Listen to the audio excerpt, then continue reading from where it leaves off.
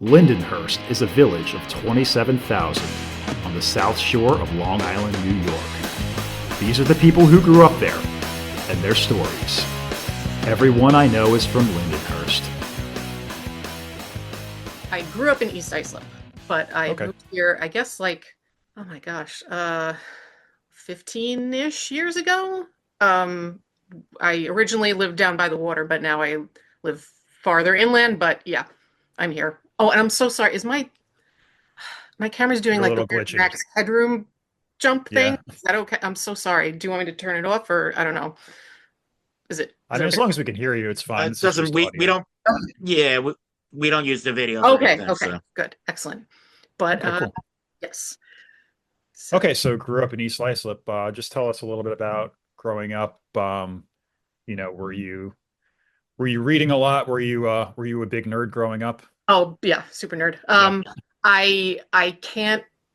I honestly can't remember ever not watching the show like as a kid, like every time, like right after dinner, 7 p.m., always putting it on. We just wouldn't miss. It was our little family thing, and Yeah. you just my family is super nerdy, but they were also very encouraging with reading books and going to museums and going to concerts and all that stuff. It was a very good. I'm very lucky that I grew up in that environment. But yeah, just staying engaged and learning new things and always wanting to learn something new, and those weird little facts that kind of stick with you and then Yeah. pops up later on in life, like, oh yeah, I remember learning, like, years later. It's amazing what you can recall. Yeah. So what did your parents do for a living?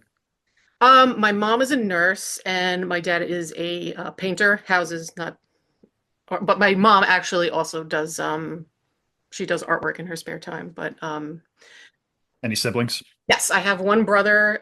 He's also super nerdy, and weirdly enough, he was on a game show this year too. But it was, yeah, strange how that worked out. Oh, which one?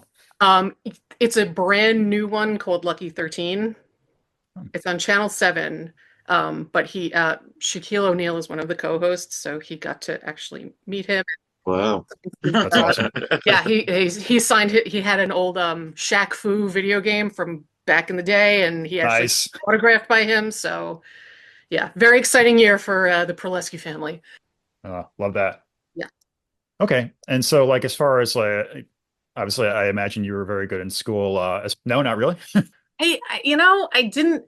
I guess mediocre. Like if something didn't interest me, it just didn't interest me, and I guess it's a snotty teenager symptom or something. But I should have applied myself more. I guess that's like for all you kids out there, Yeah. still have to get better grades. That's my I I wish. think we can both identify with that as, if we weren't interested, hmm wasn't happening. Yeah, yeah, yeah. But I ended up going to college for music, weirdly enough. I play viola. And I ended up taking a different career path. I went to years later when, once I was done, and I had like a day job. I ended up going to grad school for English. So that was what my master's degree was for. Okay. But And where did you go? Where was your bachelor's? I did undergrad up at SUNY Fredonia, way, way, way Western New York, almost in Lake Erie, Western New York. Big music school though. Yes, yes, yes. And then grad school, I worked during the day and I lived at home, and I went to school at night at Stony Brook. Yeah. I majored in English and minored in music, so I got it both done in Oh my God! 4 years. Like, yeah, right there, Yeah. perfectly And complement each other. What do you yeah, play? and percussion. Oh, Drums. good Yeah. for you. Oh my God, drums were so much fun.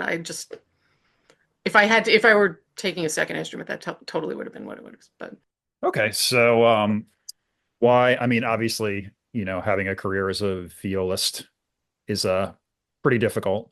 So yeah, music ed was my original major, but it just I ended up, deviating from the path, picking something else. So, but now I work as a copywriter, and writing has always been like a big thing for me. So it worked out well.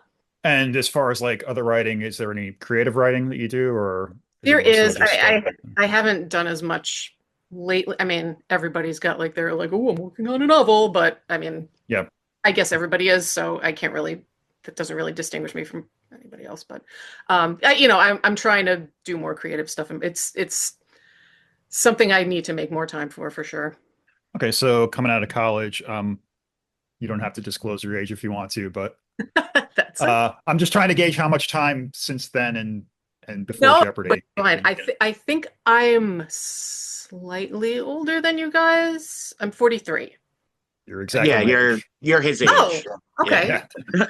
Yeah. Splendid. Yeah, born in 81. Yeah. Yes. Excellent. Okay.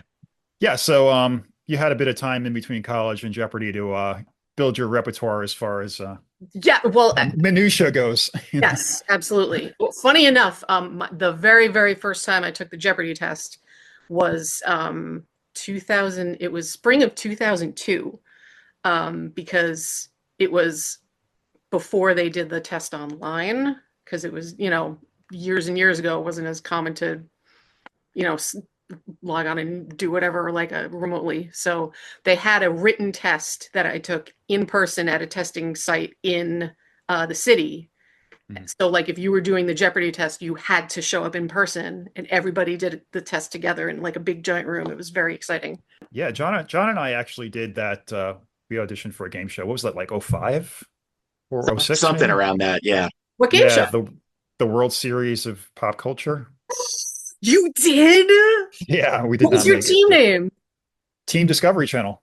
Oh, of course Yes. it was. After Of Uh, course from it The was. Simpsons, of course. Yeah. Of course. Oh my God. Good for you guys. That's excellent.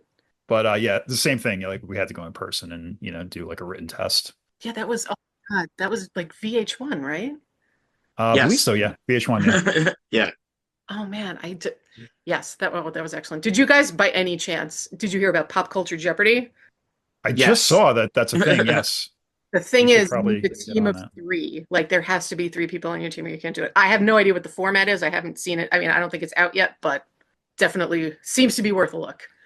I want Rock and Roll Jeopardy back. I think I would dominate. I remember Rock and Roll Just Jeopardy. saying. Yes. So if anyone from VH1 is listening, Yes. If you're out there. if you're out there. Okay, so the first time you auditioned was '02, you said.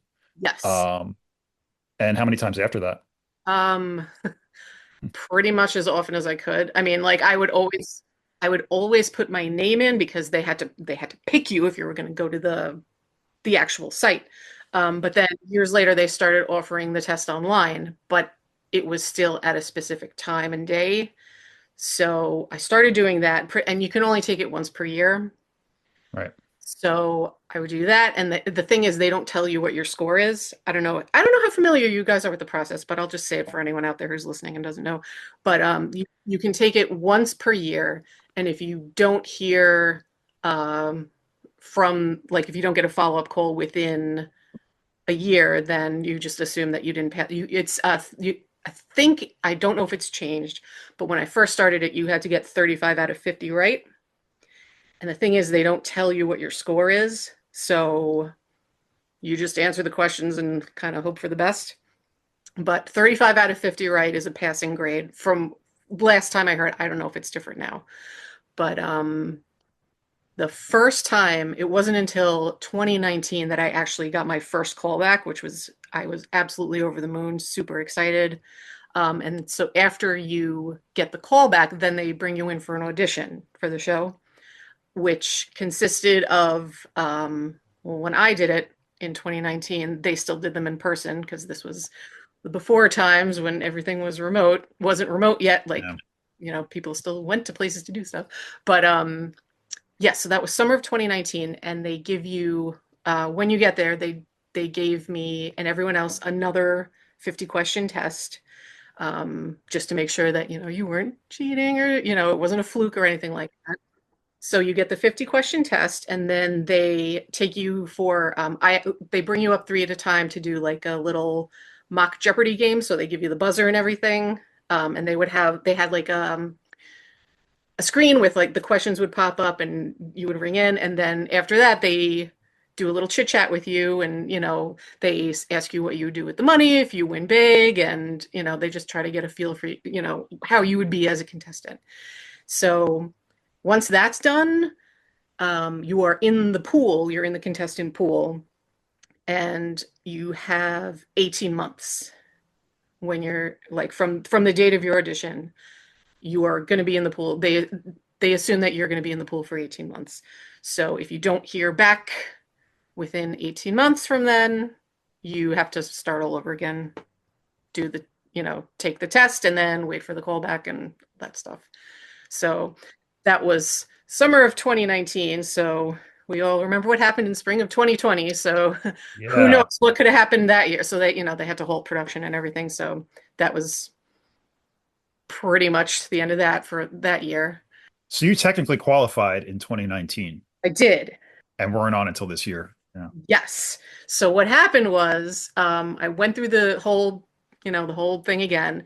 I got a call back for an audition in summer of 2022. And then, so this is, I'll tell you, I guess I'll just segue right into the whole story of getting the call and everything. So it was summer of 2022, and they said, 18 months. So I put it on my calendar. So if I don't hear by like New Year's Eve, 2023, that's it. I guess I got to start over again. So I didn't. So I was like, all right, well, I guess that's it.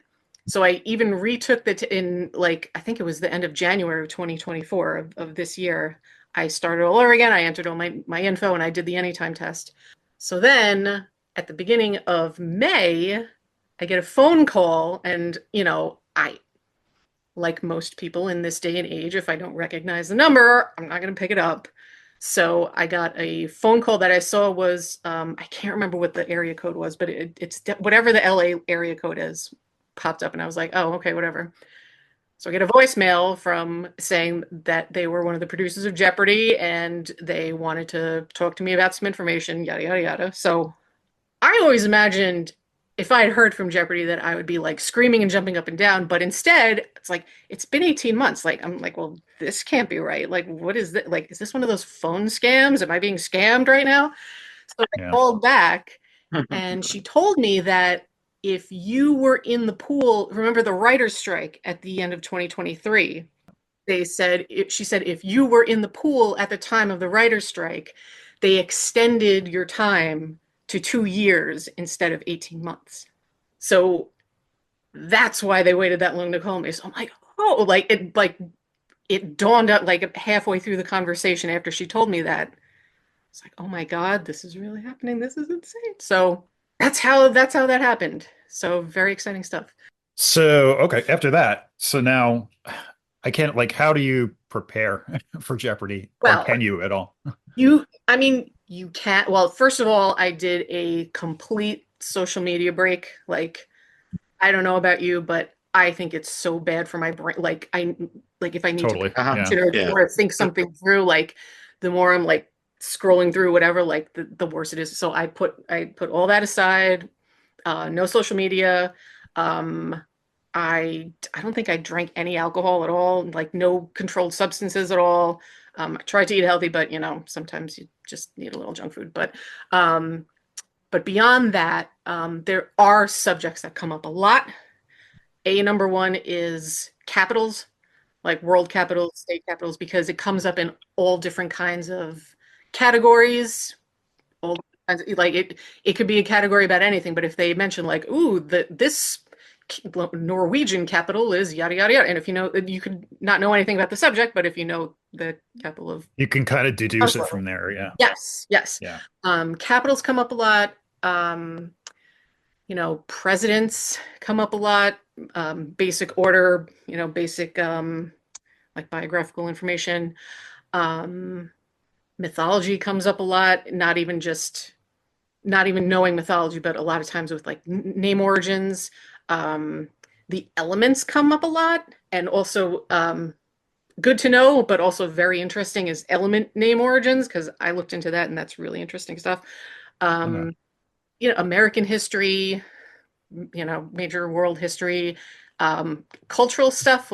Even if you're not a fan, it's good to know operas, composers, basic plots, ballets, composers, basic plots, famous musical, songs and, basic plots, famous movies.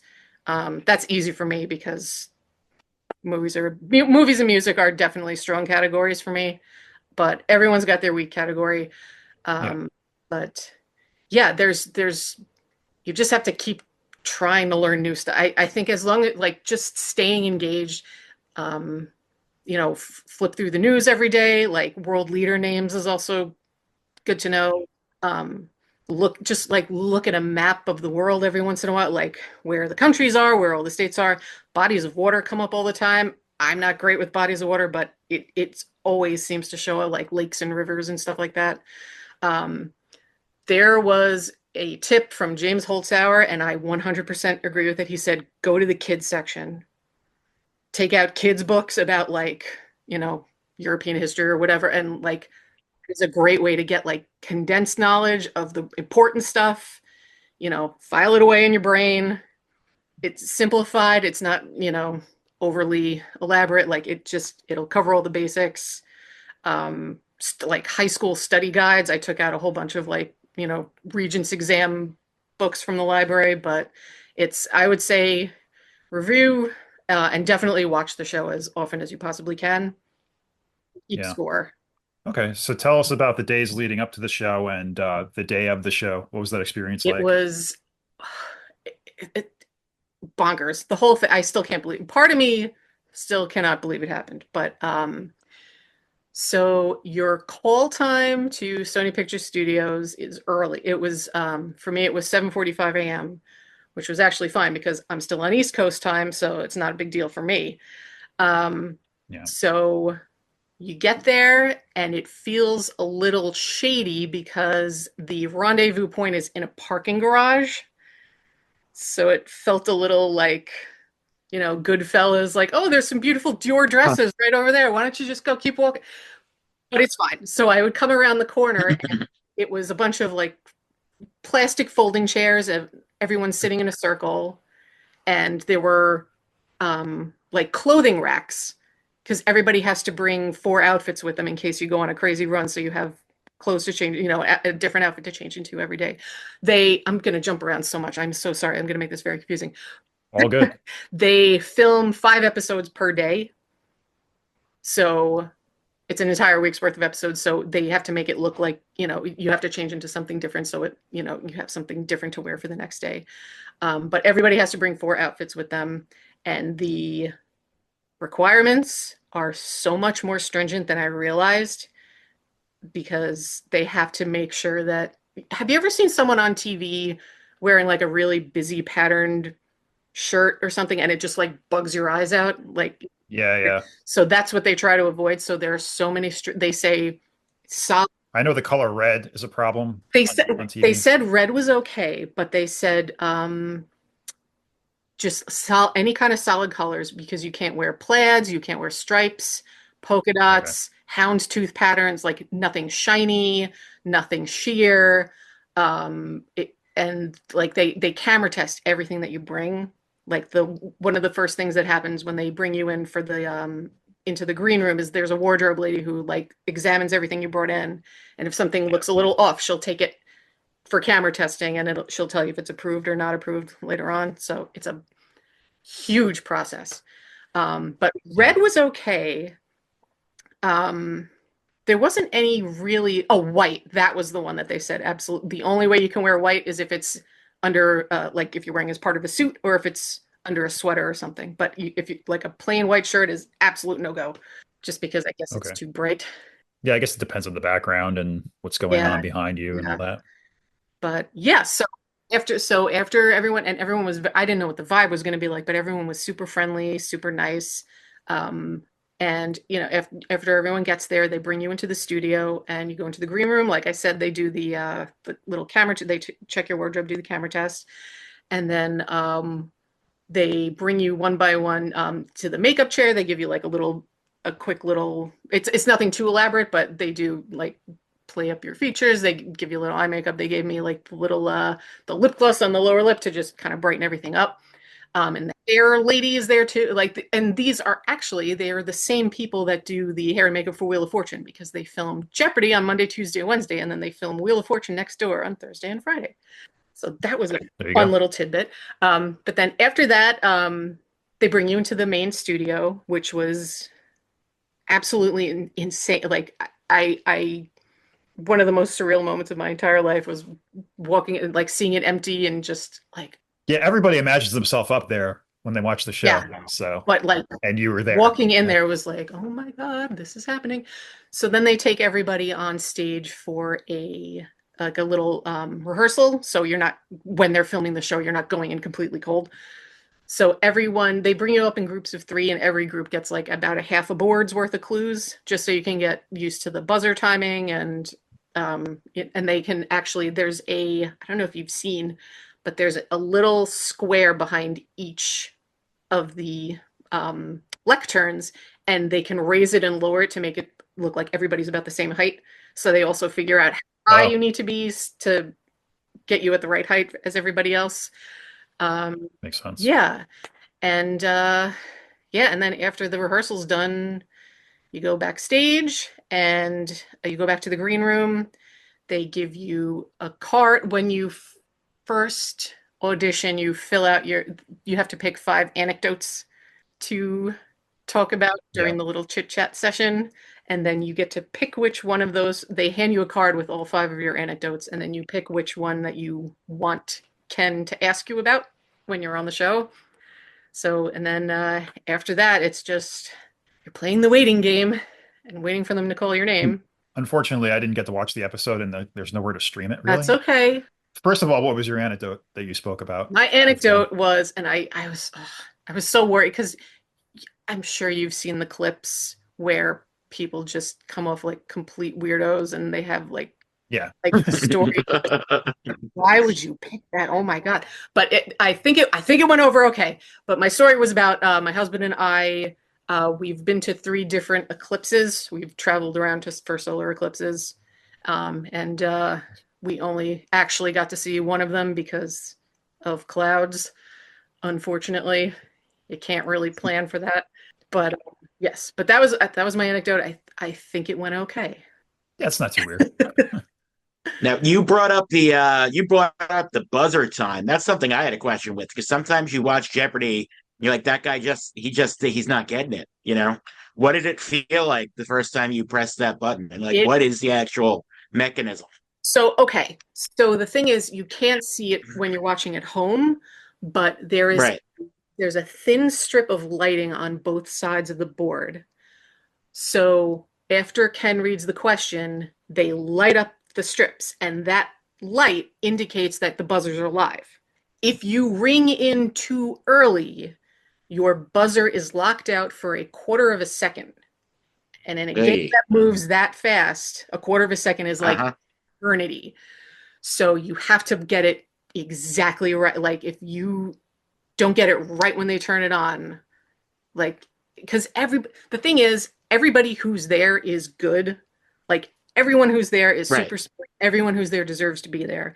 And there are so many questions on the board that I'm sure everybody on the stage knows. But if you don't get the timing just right, you're not gonna be able to ring in. So Yeah. Mhm. I'll talk more about that later on because Okay. one of the contestants that I played with was just his buzzer skills were just unreal. But anyway. Yeah, and well, who were the other contestants? So Do you remember like what their backstories were?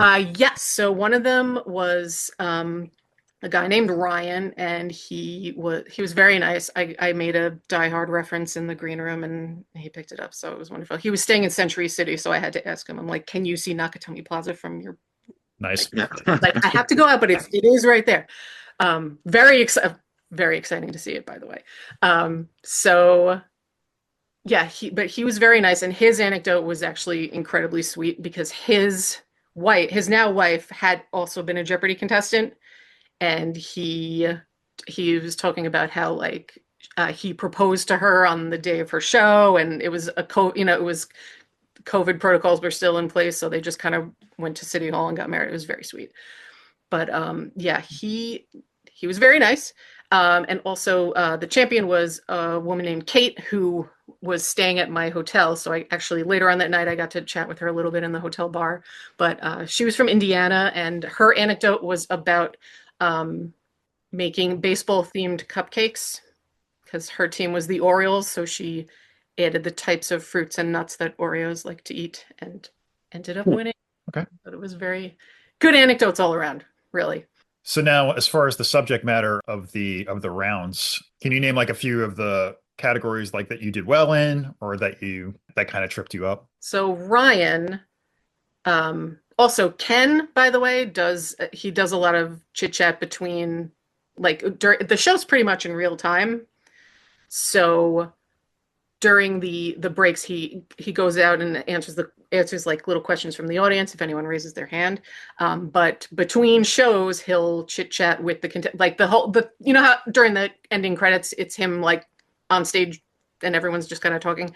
That's what he's actually doing that at the end. But I found out that Ryan, who ended up winning handily, he created his own app to get the buzzer timing right and would practice it for hours and hours on end. And I'm like, you know what, man, you deserved it. Yeah, for sure. But he dominated and he did great. It got to the point where I was like reading through the clue and then looking at the light and ready to buzz in, and he still beat everybody every single time. It was crazy. But I held my own.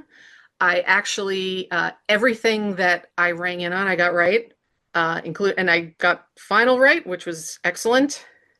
I overthought it like 8,000 times, but eventually came back to it, the correct answer.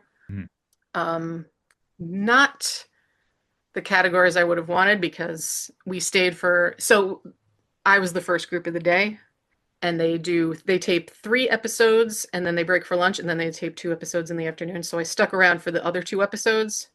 And of course, the other 2 episodes, the ones that I wasn't playing in, there's a movies category, there was a classic rock category where nobody rang in, and I was like ready to, I'm sitting because you can't make noise when you're in the audience. Like they make it a point to say like absolutely silent. So I'm just sitting there like, I did get some stuff right. There was a category. It was, like a little weird on purpose, but one of the categories in Single Jeopardy was hot cross bunnies, and all of the questions had to do with bunnies. But I got a few bunny questions right. All right. But yeah, I mean, Ryan he just dominated. And then in Double Jeopardy, there was a category about like aviation, and he just absolutely ran the whole thing. But I wish I'd gotten a little more lucky on the categories, but I'm happy with how I did. Obviously, everyone wants to be the Jeopardy champion, but all things considered, I think it went pretty good. And so if you're a winner, you go on basically throughout the day until you're out. Correct. And if you keep winning, you come back the next day. So this could go on for who knows how long, yes. But each day, but it's not. In Ken Jennings' case, it could be weeks and weeks. It sure could, yeah. But nobody's ever come close to his record since ever. But yeah, I mean, it is helpful that they condense an entire week into one day of filming. Sure, yeah. But yeah, I think they do. If you win at the end of the season and you have to come back, I think they pay for your airfare if you have to come back. And I'm sure that's mentally taxing. Like if you make it to a 5th episode in one day, like you. Yeah, I'm sure it's super stressful. Like that must be draining. Yeah, doing one episode it takes so much out of you, and I can't even imagine. I mean, I'm sure the large amounts of money you're winning are probably a good motivator, but okay. So, what was the reception like afterwards, like from friends and family, coworkers? Well, did they all tune in? They make it a point to tell you to be as quiet as possible when you first get the phone call. So it was about a month between getting the phone call and the taping of the show. And the thing is, the week that I went out there to tape was their last week before they break for summer. So it was like an extra long time between the taping and the show, like much longer wait than usual that most people do. So the episode aired on September 30th.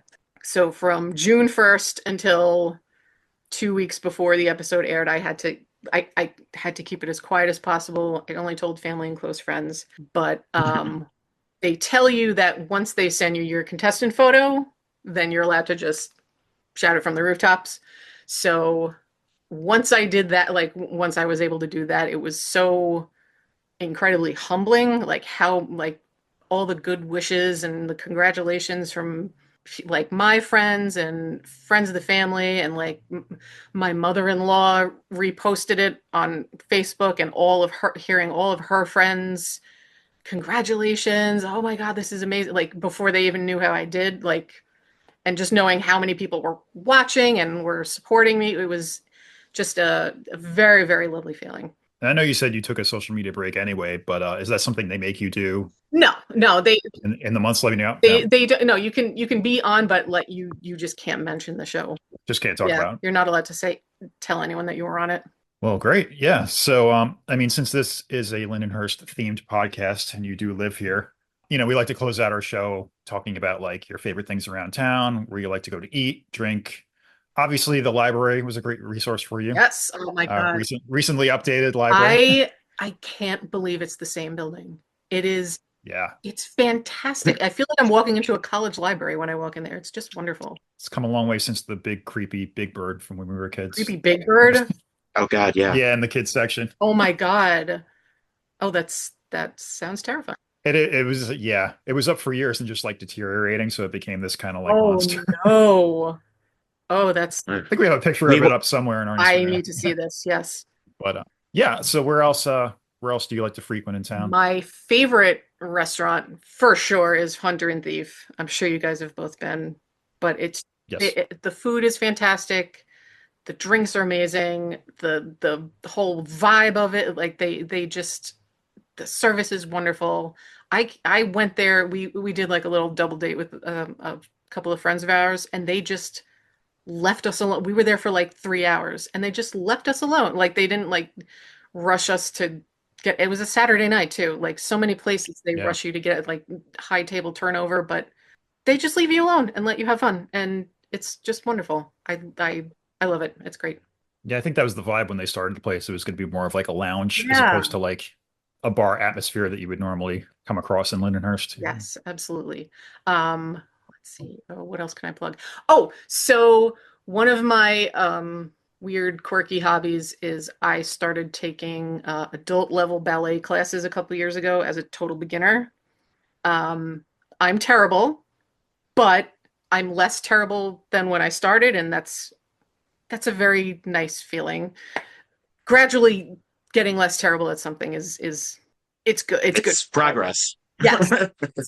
But I take classes at Positions Dance Studio. It's actually over in Babylon, but the same people that run the ballet classes also run Babylon Bar, which is a Pilates studio. I take Pilates classes there. That place is excellent. But yeah, I'm trying to think of where else I mean, Sand City is great. Yep. Have a beer and hang out. But I actually, I know they do trivia nights, and I have not been to any trivia nights around in town. Have either of you guys done any trivia nights? I did one at Nostalgia Bar recently. Where is that? Not in town. That's in Bethpage. Oh, okay. I did Grease trivia there. Oh, well, actually, you brought up The Simpsons. Let me ask you, have either of you guys ever gone into, I mean, they don't have it anymore, unfortunately. It didn't survive the pandemic, but Brooklyn Simpsons trivia, did you guys ever go to that?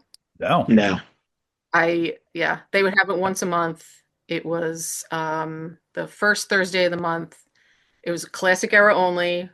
Okay. I was going to say past season 10, I'm a little Oh foggy. yeah, no, but it was great. They would have Diorama Rama, where everyone made dioramas, and they had a costume contest around Halloween. It's great. Like I said, unfortunately, it did not survive the pandemic. But if I could parlay the Jeopardy thing into something else, if I could host a classic Simpsons trivia night, if you're out there and you're listening, and you want to do a classic Simpsons trivia night, I will happily. I think you have carte blanche to anywhere in town since you've been on Jeopardy to do a trivia night. I'm sure they would open up any night you want. Yes, I've got super nerd cred. Well, cool. And unless John has anything else to ask, we'll hit you with our closing question. Yeah, that's pretty much. So Was it did the studio look how you expected it to look versus how it looks on TV? Like Weird. I know from my own experience going to see like TV shows being filmed, it looks a lot smaller. You know what I mean? You're kind of getting to see how the sausage is made. Yes. What's the sausage look like from inside the sausage? I would say, and I know exactly what you're talking about because I agree. Like when you see something, like you can't believe how small the studio is. But since they get so many wide shots of the studio, you kind of get a feel of how, like it does kind of feel like the same size. Uh-huh. Um, but it's just so like being there is so surreal, and like for the rest of my life, I will never have anything negative to say about any contestant that like chokes or misses a question, because like when you're on that state, like you're thinking about the questions, but you're also thinking like, oh my God, I'm actually here. Like it's like constantly like Yeah. in your brain, like Uh-huh. so it's a little, it can be hard Like to it's like if you hear that daily double, if you picked whatever, the Popes for 500 and a daily double comes up, that's got to be the most exhilarating feeling in, the world. yeah. Yeah. I Ryan got all three of the daily doubles, so I unfortunately didn't get Of course he did. yes, yes. wow. But I'm trying to think of any other like little tidbits I could mention. The stylus that you use to write is really big and cumbersome, and I can't believe I was actually legibly able to write my name on it. That was really weird. I'm Did all you over. write your name more than once, or you just settled with? I just went for it. Maybe I could have erased it and threw it over. I don't Gotcha. know, but I just I'm all over the place. I should have made notes. I should have been more organized. I apologize. Sorry. No, this is great. It's all right. Well, thank you so much for coming on. We're just going to hit you with our final question that we ask all of our guests. If you could describe Lindenhurst to somebody who's never been there, what would you tell them? I would say it's come a long way, because I remember what it was like when we first moved. I think it was like 2010 when we first moved here, and it was not the like walkable, go hit some bars, have a great time, street festival-y kind of place that it is now. And Kind of a ghost town. yeah, and it's such a great vibe, and it's so nice to see. Like instead of having to, I mean, of course, hopping on the train and going to the city, that's very fun, but like having great restaurants and like fun things to do right nearby is no small thing. And I think that's great. Yeah. Thank you so much for coming on. Thank you so much for having me. This was great.